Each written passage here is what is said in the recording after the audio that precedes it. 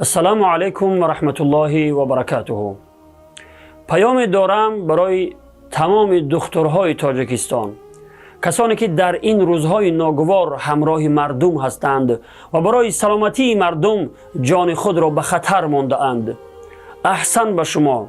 واقعا این کارهایی که شما برای نجات مردم میکنید نهایت مردانگی و سزاوار قدردانی است و انشاءالله که در نزد الله مهربان هم اجر و پاداش بزرگی خواهد داشت. شنیدم که بعضی طبیبان متاسفانه از ترس این ویروس با هر بهانه خود را کنار کشیدند. البته که این در شأن یک طبیب نمیزیبد که همان زمانی که مردم با تو سخت نیاز دارند بهانه جویی کرده خود را کنار بکشی. طبیبانی که جان خود را به خطر گذاشته بیماران را معالجه می کنند و برای سلامتی آنها کوشش می کنند، مصداق این سخن پروردگار هستند که الله مهربان در آیه 32 سوره مائده می فرماید: و من احیاها فکأنما احیا الناس جمیعا، یعنی هر کس انسانی را از مرگ نجات دهد چنان است که گویا همه مردم را زنده کرده است. صدق الله العظیم. برادران و خواهران طبیب، این را بدانید که مرگ و حیات فقط در دست الله است و شما تنها سبب می شوید.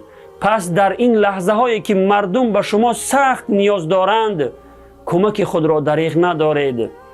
بهانه جویی کرده خود را کنار نکشید. به خاطر الله به امید ثواب وظیفه خود را انجام دهید.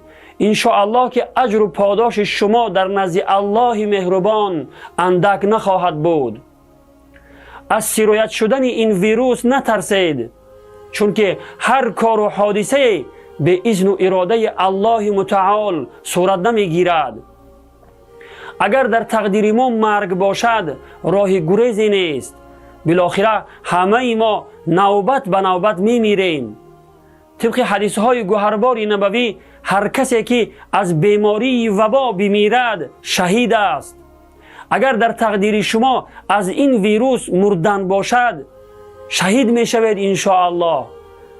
برادران و خواهران عزیز، در این ماه مبارک رمضان که ماه بخشش گناهان و اجابت دعا است، بیایید همگی به سوی الله مهربان بازگشته از همه گناهان توبه کنیم و دعا کنیم تا این ویروس مرگاور را از سر مسلمانان روی دنیا دور بگرداند و ما را بیش از این مورد امتحان قرار ندهد.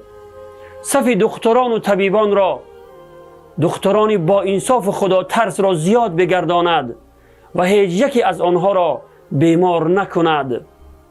و السلام علیکم و رحمت الله و برکاته.